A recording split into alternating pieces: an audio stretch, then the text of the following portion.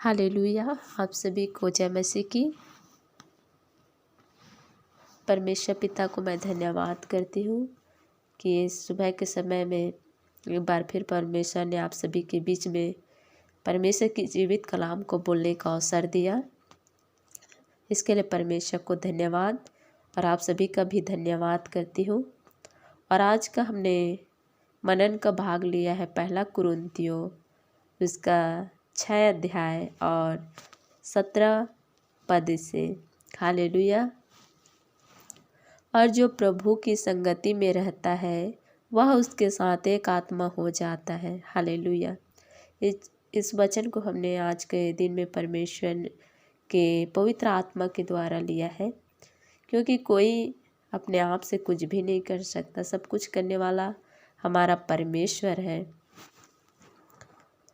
जिस तरह वचन कहता है यूहन्ना रचित सुसमाचार में कि मैं उनके ज्योति के बंद को खोलने के योग्य नहीं हूँ। सच में हम लोग भी योग्य नहीं थे, लेकिन परमेश्वर ने अपने अनुग्रह से अपने वचन को दिया है। इसके लिए परमेश्वर को धन्यवाद। और परमेश्वर का वचन बताता है 1 कुरिन्थी में उसका 6 का 17 पद में, जो प्रभु की संगति में रहता है वह उसके साथ एक आत्मा हो जाता है। इस जगह में देखते हैं कि बहुत सी संगति है, बहुत सी संगति है संसार में, बहुत सी संगति है, लेकिन सबका संगति अलग अलग होता है। हम देखते हैं कि एक दोस्त और दोस्त की संगति हो सकता है, और एक माता पिता की संगति हो सकता है, भाई बहन का भी संगति हो सकता है। बहुत सी संगति है, लेकिन आज हम यहाँ पर क्या देखेंगे? प्रभु की संगति में रहना। हालेलुया। जो प्रभु यीशु मसीह की संगति में रहता है वो क्या हो जाता है? परमेश्वर के साथ एक आत्मा हो जाता है। तो हमें जितने लोगों को परमेश्वर ने चुना है, अपने संगति में बुलाया है, क्या आज हम परमेश्वर की संगति में बने हैं?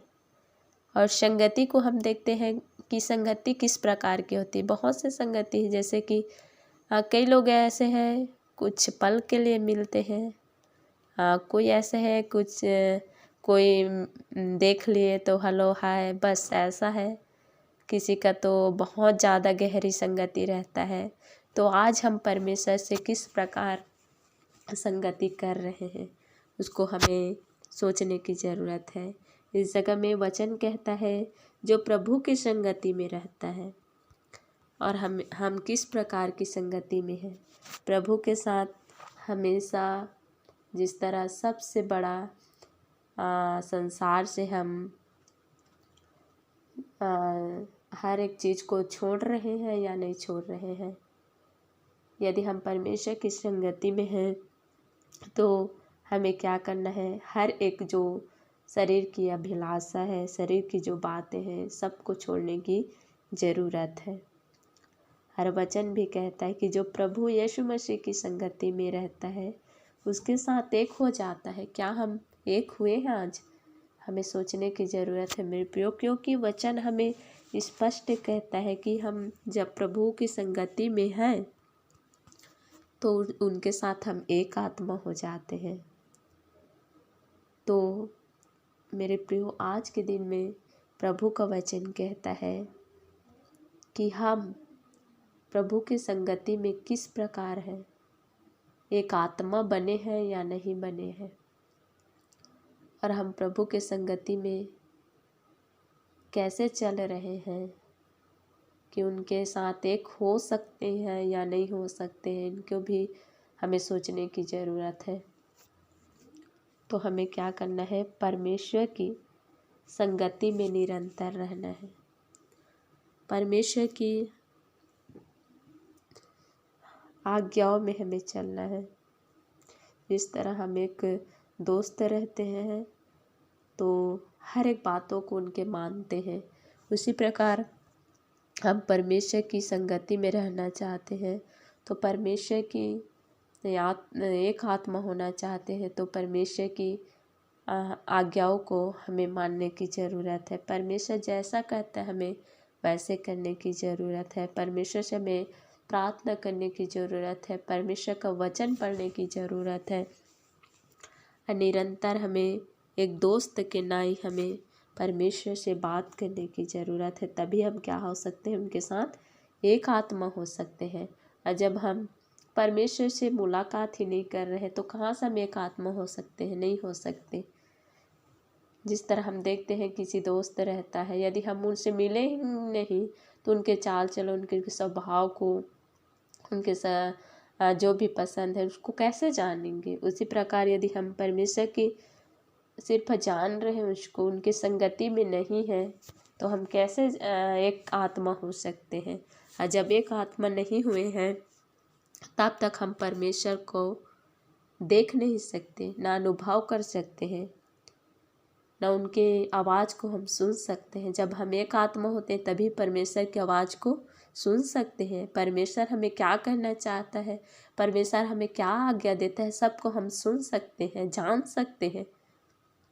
परमेश्वर हमें क्या बताना चाहते हैं उसको हम जान सकते हैं।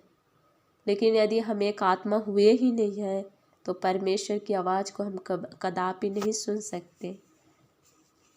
तो हमें आज, यदि हम परमेश्वर की आवाज़ को सुनना चाहते हैं और परमेश्वर के प्रेम को जानना चाहते हैं, परमेश्वर की जो आज्ञा है उसको जानना चाहते हैं, तो हमें क्या होने की ज़रूरत है, परमेश्वर में हमें एक आत्मा होने की ज़रूरत है।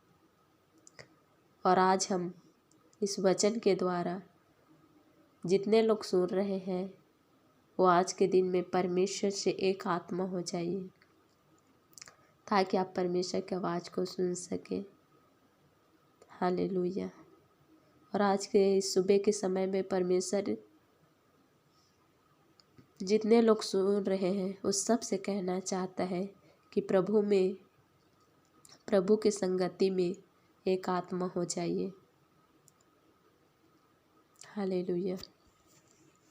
थैंक यू प्यारे प्रभु इस सुंदर वचन को देने के लिए, और जितने लोग सुने हैं प्रभु सबको बहुतायत की आशीष दे। आमीन आमीन।